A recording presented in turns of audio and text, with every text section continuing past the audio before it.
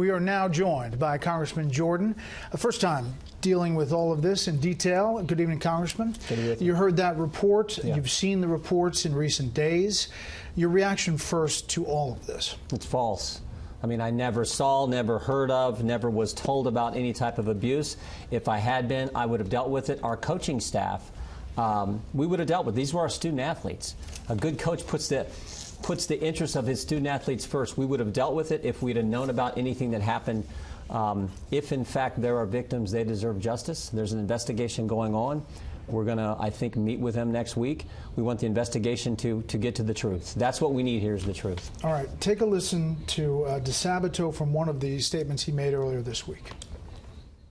I know Jim knew about what I call the deviant sexual atmosphere that we were exposed to. How do you know? Well, we all had conversations. Jim was more like a big brother than a coach. It was something that we would discuss on a regular basis, mainly with nervous banter, locker room banter.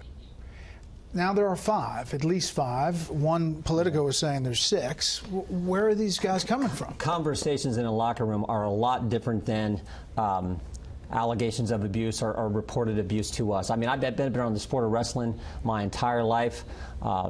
Kids wrestling, junior high wrestling, high school wrestling, University of Wisconsin, coached at Ohio State. I got two boys who wrestled for the Badgers. I got four nephews who wrestled at Ohio State, another nephew who wrestles for Iowa.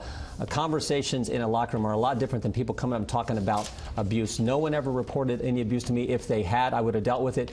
And what bothers me the most is the guys that are saying this thing, I know they know the truth. I know they do. Dunyashi Yet, he wrestled for. We trained with these guys every day, sometimes twice a day, and for I know what they're saying. I know they know what they're saying is not accurate. So what do you think the motivation is then? You'd have to ask them, but I will tell you with Mike DeSabato. Mike DeSabato has a vendetta against Ohio State. He lost a licensing agreement with Ohio State. He is out to get Ohio State. He has a vendetta against our family. He was arrested just 5 months ago, threatening Chris Spielman's lawyer. And Chris Spielman, he's got all kinds of lawsuits against him. And what bothers me more than that is the fact that CNN puts him on TV 3 times in one day. I mean, if they would have done their homework instead of rushing to put someone on TV who's had a criminal record, all kinds of lawsuits against him, saying these kind of false things, and waited for to get the real facts about this guy's background. Okay, but you know there are others. You know it's not just him. Now there are five.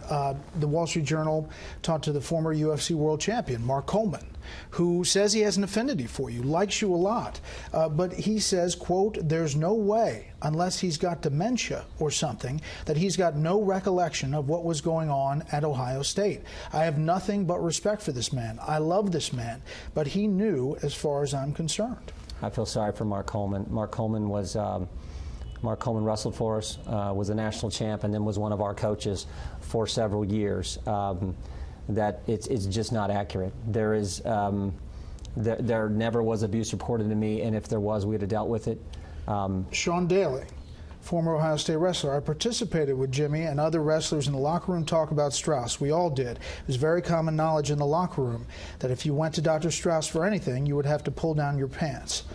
It goes on to say that you had said something like, if they tried to do that for a thumb injury, I would kill him.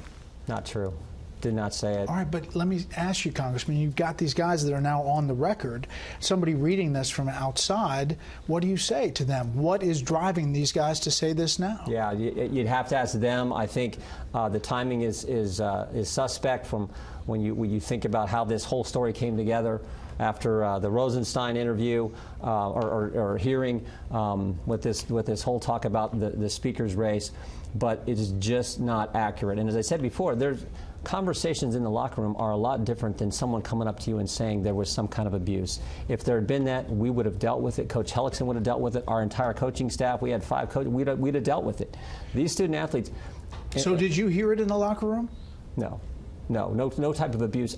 We did not hear that. Because if we had, we would have dealt with it. Something short of abuse that may be considered abuse now in this current time? Did not. And again, that's the part that bugs me the most, is these guys, you invest so much time with them. I remember Dunyasha Yates competing, and just, I remember in the Big Ten semifinals, this guy in a match where he was in a situation where he was getting hurt, and going out on the mat and helping this guy when it happened. It's so frustrating. I will say you have a number of people coming out who support you, who say they believe you, people who worked there, people, a widow of a fallen Marine who had bad experience with... Ray Mendoza wrestled for us.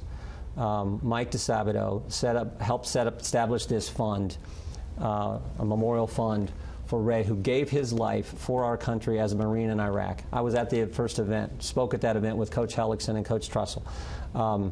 And Karen Mendoza, Ray's widow, had to shut that event down, had to shut that fund down because of Mike couldn't account for where the money was going. Had to go to the Attorney General to shut that down. To use a veteran, a Marine who gave his life for our country, to use that as a way for personal gain is as wrong as it gets. And this is the guy that the media puts on TV 3 times in one day to make all these false statements without going back and checking the fact that he's in financial distress and has a criminal record. It is just Well, we're going to try to follow up and have tried to reach out to him as well. I heard you yesterday, I think, talk about the law firm that's involved in this investigation. It is the same law firm you mentioned that dealt with the dossier that you are obviously dealing with. Yes. And are you suggesting that this is some sort of conspiracy? No. I'm not saying that at all. All I'm saying is they said they reached out to us. They sent it to a non-existent email address.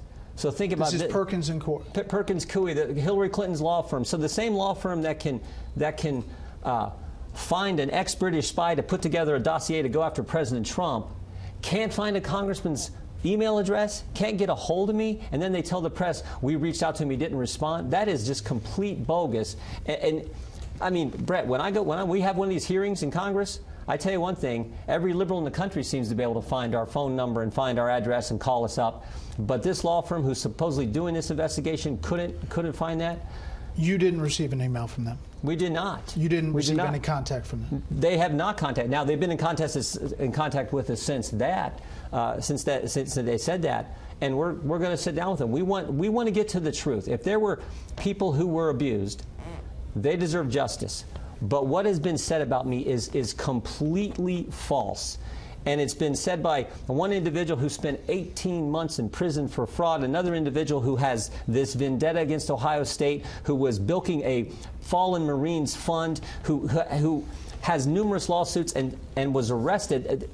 That's the kind of guy the press puts on TV. Just to be clear, for the guys who have also come out, Mark Coleman, Sean Daly, who said he was groped a half-dozen times by Dr. Richard Strauss, you don't know their motivation. I don't. But what I'm telling you is it's not true. What they said about me. And as you know in these stories, what happens is a lot of things start coming out. Politico has just moved a story saying that there were voyeurs in a hall, a building that housed the athletic teams, and that the head coach, Russ Hellickson, would at times have to physically drag these gawkers out because they were looking at your wrestlers showering and doing various things, and that you, as the number 2, would do that as well. I never drug anyone out. I will tell you, our Larkins Hall was one of the largest intramural facilities in the country, on one of the largest campuses on the country. Our wrestling locker room was separate, but the shower facility was part of the general population for the students, the faculty, professors, and staff, and everyone could shower there. So, but again, never saw any type of abuse there, and never drug anyone out. But it was in a large intramural type facility. A lot of people will say, "Why did you spend so much time on this in this show?" And we wanted you to address these allegations head on. You are going to continue to address them, but what do you think the next step is here? We're going to get the truth out. The thing that I've been most encouraged by is the number of wrestlers and coaches who have contacted us and said, Jim, this is bogus. We got a whole list of folks who sent in statements saying this is ridiculous. We were there. We know you. That's been encouraging. And the thing that's been most disappointing is these athletes who you spent so much time with, working out with and training with, saying things that just are not true. Because you're the most high profile currently? Mike DeSabato, his whole pattern is to latch on to high-profile people for personal gain. Chris Spielman, and then he gets harasses Spielman's lawyer and is arrested for it. Karen Mendoza, who sets up a fund for Ray Mendoza, who was a Big Ten runner-up for us, was a great kid. I recruited that kid out of New Jersey. Gave everything he had for us, and then gave everything he had for our country, and he's taken money from that fund, and CNN puts him on 3 times to say things that are not true. That's a part. And I worked with Mike. I worked with Dunyasha when Dunyasha Yates was wrestling in the Big Ten semifinals, in a huge match. He's in this scramble position, and he gets choked out, and I see it coming. I see what's getting ready to happen. And Coach Helix and I are starting to run on the mat because the ref doesn't see it. Passes out.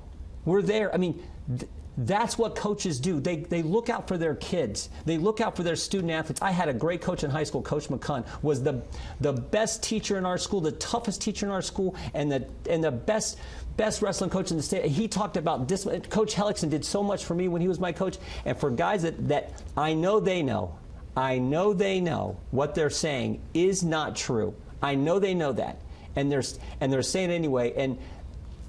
And what they did to Ray Mendoza's fund is Congressman, you've been in politics a long time. Last thing, is this the toughest thing you've had to deal with?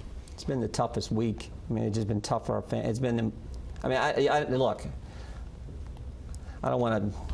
It's just been, but there's lots of things that people have to go through, tough things. But it's just been an emotional week, I should say, because our son got married last Saturday. This all happened last night. We lost a nephew.